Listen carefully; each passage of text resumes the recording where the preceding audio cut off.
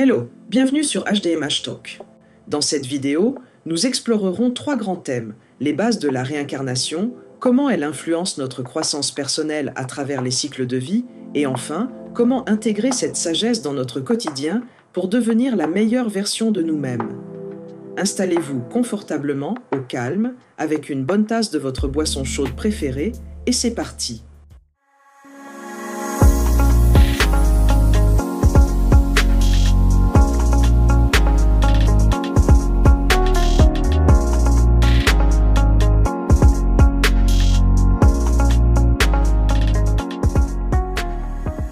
Chapitre 1. Les fondements de la réincarnation. Imaginez une flamme qui se transmet d'une bougie à une autre.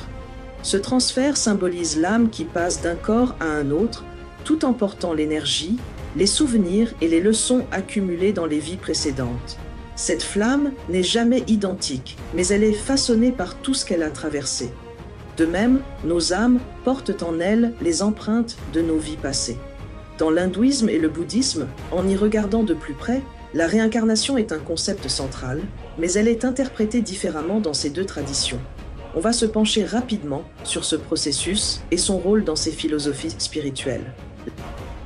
La réincarnation est au cœur de l'hindouisme, où elle est étroitement liée au concept de karma, qui est égal aux actions, et de dharma, qui est égal aux devoirs ou aux lois cosmiques. Dans cette tradition, l'âme individuelle traverse un cycle infini de naissance, de mort et de renaissance appelé samsara. Ce cycle est perçu comme une conséquence inévitable des actions accumulées dans les vies passées. Le rôle du karma: chaque action, pensée ou parole a des conséquences qui influencent la prochaine incarnation.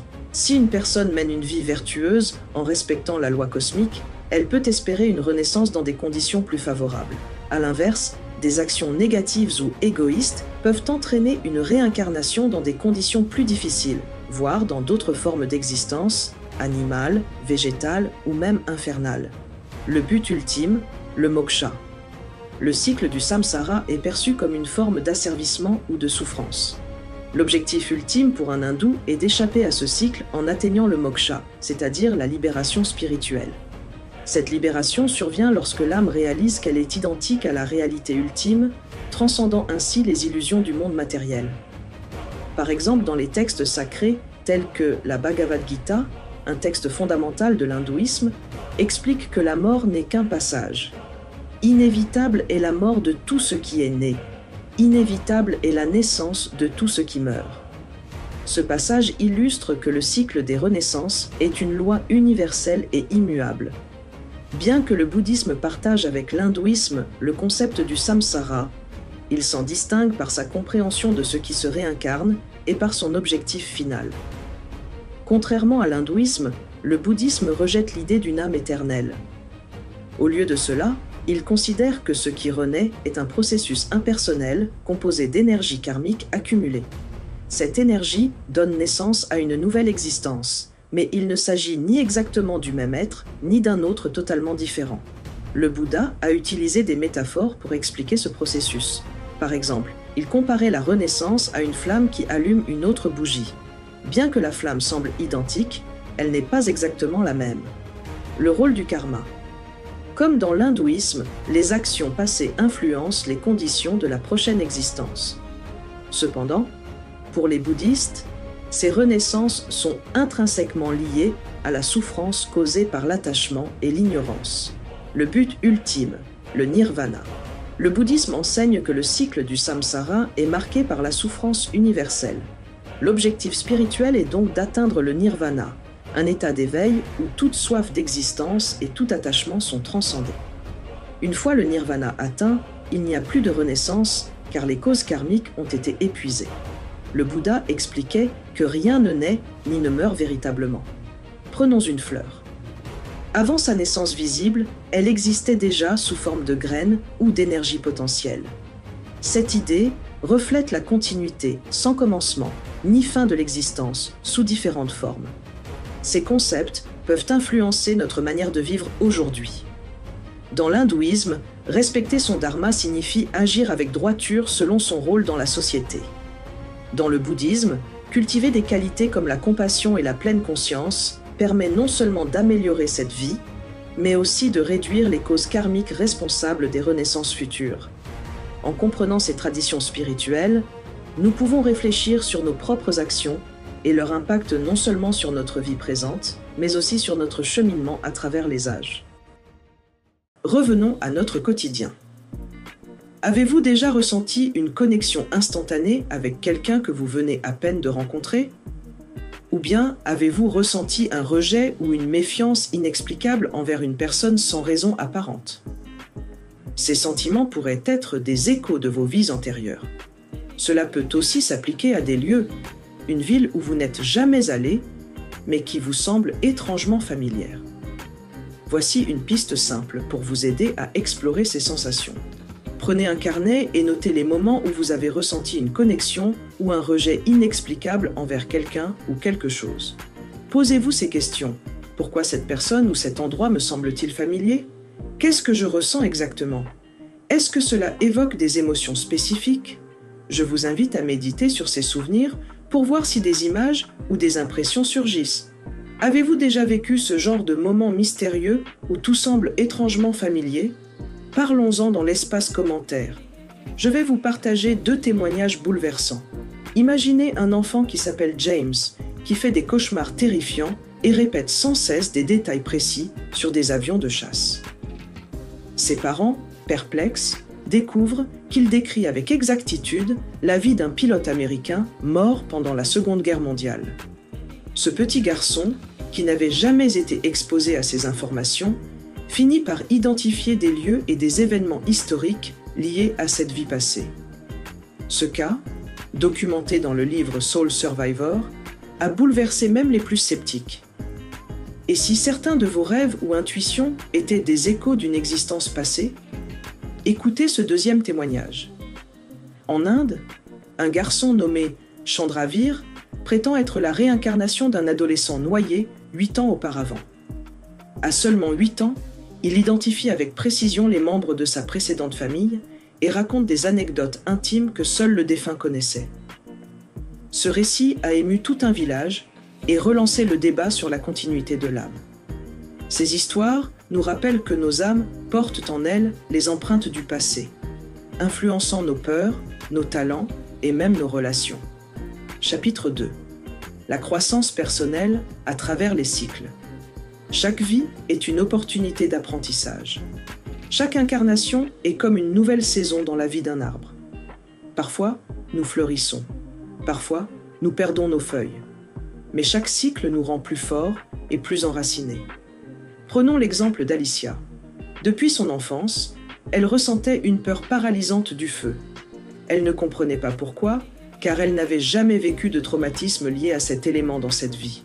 En explorant ses vies passées à travers une séance de régression guidée, Alicia a découvert qu'elle avait été victime d'un incendie dans une vie antérieure. Comprendre cela a été libérateur pour elle. Elle a pu transformer sa peur en force en apprenant à travailler avec cet élément. Aujourd'hui, elle est céramiste et utilise le feu comme outil créatif. Certaines personnes vivent des schémas répétitifs dans leurs relations, comme attirer toujours le même type de partenaire toxique, ou d'autres rencontrent des défis récurrents comme des problèmes financiers tous les mois. Ces schémas peuvent être vus comme des leçons karmiques non résolues. Si vous êtes confronté à ces situations répétitives, posez-vous la question: qu'ai-je besoin d'apprendre ici? Peut-être est-ce la patience, le pardon ou l'amour-propre? Voici quelques suggestions que vous pourrez appliquer pour vous y aider. Asseyez-vous dans un endroit calme. Fermez les yeux et concentrez-vous sur un problème récurrent dans votre vie. Demandez intérieurement: quelle leçon dois-je apprendre ici? Laissez surgir les réponses sans jugement. Tenez un journal de vos rêves pendant 2 semaines. Notez les symboles ou scénarios récurrents qui pourraient être liés à des vies passées ou à vos défis actuels. Rituel du pardon karmique. Écrivez une lettre, que vous n'enverrez pas mais juste pour l'exercice, à l'attention de quelqu'un, vivant ou non, avec qui vous sentez avoir un lien conflictuel profond. Exprimez vos ressentis puis terminez par ces mots: je te pardonne et je me pardonne. Nous sommes libres. Chapitre 3. Intégrer la sagesse dans le présent. Chaque expérience passée est comme un guide silencieux qui peut éclairer notre chemin aujourd'hui. Mais encore faut-il savoir écouter cette sagesse. Introduisez l'idée que la sagesse accumulée à travers nos vies passées n'a de valeur que si elle est utilisée pour enrichir notre vie actuelle. Comprendre nos vies antérieures, c'est bien plus qu'un simple exercice de curiosité. C'est une opportunité de transformer nos défis, de renforcer nos qualités et de vivre une vie plus alignée avec notre essence profonde. Comprendre et dépasser ces blocages. Imaginez que vous avez une peur irrationnelle ou un sentiment d'insécurité persistant, comme parler en public ou prendre des décisions importantes. Ces blocages pourraient être liés à des expériences traumatisantes d'une vie passée. Par exemple, certaines personnes découvrent qu'elles ont été jugées ou punies pour avoir exprimé leurs idées dans une autre époque. En identifiant ces origines, il devient possible de travailler sur ces peurs avec plus de compassion envers soi-même. Une fois conscient de ces influences, vous pouvez utiliser des outils modernes comme la thérapie cognitive ou la PNL, programmation neurolinguistique, pour reprogrammer vos réponses émotionnelles. Cela vous aide à transformer vos faiblesses perçues en force, identifier et cultiver ces talents innés. Certaines personnes découvrent des aptitudes naturelles qui semblent surgir de nulle part. Jouer d'un instrument sans apprentissage formel, dessiner comme un artiste accompli ou même comprendre intuitivement des langues étrangères. Ces talents peuvent être des traces d'une expertise acquise dans une vie passée. Reconnaître et honorer ces talents peut renforcer la confiance en soi et ouvrir des opportunités inattendues. Par exemple, si vous sentez une attirance inexplicable pour un domaine artistique ou scientifique, explorez-le activement. Cela pourrait révéler un chemin de carrière ou un loisir épanouissant. Tout comme Mélissa qui a découvert un talent inexpliqué grâce aux souvenirs d'une vie antérieure. Elle, qui n'avait jamais touché un pinceau auparavant, s'est subitement mise à peindre après avoir rêvé qu'elle était artiste dans une autre époque. Aujourd'hui, Mélissa expose ses œuvres dans plusieurs galeries. Transformer les relations difficiles. Les relations complexes, qu'il s'agisse d'un partenaire, d'un parent ou d'un collègue, peuvent souvent être vues comme karmiques. Par exemple, une personne qui ressent une tension inexplicable avec un proche pourrait découvrir qu'elle partageait un lien conflictuel dans une vie passée. Au lieu de percevoir ces relations comme des sources de frustration, voyez-les comme des opportunités d'apprentissage. Peut-être êtes-vous ici pour apprendre le pardon, la patience ou l'amour inconditionnel. Travaillez sur ces dynamiques en pratiquant l'écoute active et en établissant des limites saines. Trouver son but de vie. Beaucoup de gens se sentent perdus ou déconnectés dans leur vie actuelle, cherchant désespérément un sens ou un but. Explorer vos vies passées peut révéler des thèmes récurrents comme enseigner, guérir, protéger. Cela pourrait indiquer votre mission spirituelle. Une fois que vous identifiez ce fil conducteur, vous pouvez aligner vos choix professionnels et personnels sur ce but supérieur. Par exemple, si vous découvrez que vous avez été guérisseur dans plusieurs vies passées, cela pourrait expliquer votre attirance pour les métiers liés à la santé ou au bien-être. Développer la résilience émotionnelle. Comprendre que nos défis actuels sont liés à un cycle plus large peut nous aider à relativiser les épreuves et à les aborder avec plus de sérénité. Par exemple, quelqu'un confronté à des pertes répétées pourrait découvrir que cela fait partie d'une leçon karmique sur le détachement. Cette perspective permet de développer des qualités comme l'acceptation et la gratitude. Des pratiques comme la pleine conscience et la méditation peuvent renforcer cette résilience en aidant à rester ancré dans le moment présent. Quelques exercices pratiques. Journal introspectif. Chaque soir, écrivez 3 choses que vous avez apprises dans votre journée. Posez-vous cette question. Comment puis-je utiliser cette leçon demain pour devenir une meilleure version de moi-même? Visualisation guidée. Imaginez-vous en train de rencontrer votre vous supérieur, cette version sage et éclairée de vous-même qui a accumulé toutes les expériences passées. Demandez-lui conseil sur un problème actuel. Pratiquez la gratitude karmique. Chaque matin, remerciez mentalement vos expériences passées, positives ou négatives, pour les leçons qu'elles vous ont apportées. Par exemple, dites-vous merci pour cette relation difficile qui m'a appris l'importance de poser mes limites. Lorsque nous comprenons que chaque défi est là pour nous enseigner quelque chose, nous cessons de voir la vie comme une série d'obstacles et commençons à la percevoir comme un terrain d'apprentissage infini. Pour conclure, nous avons vu comment la réincarnation peut expliquer certains mystères de notre vie actuelle, comment nos défis sont en réalité des opportunités d'évolution spirituelle, et enfin, comment intégrer cette sagesse au quotidien pour grandir. Et maintenant, c'est à vous. Quelle sera votre prochaine étape dans ce voyage vers la sagesse infinie?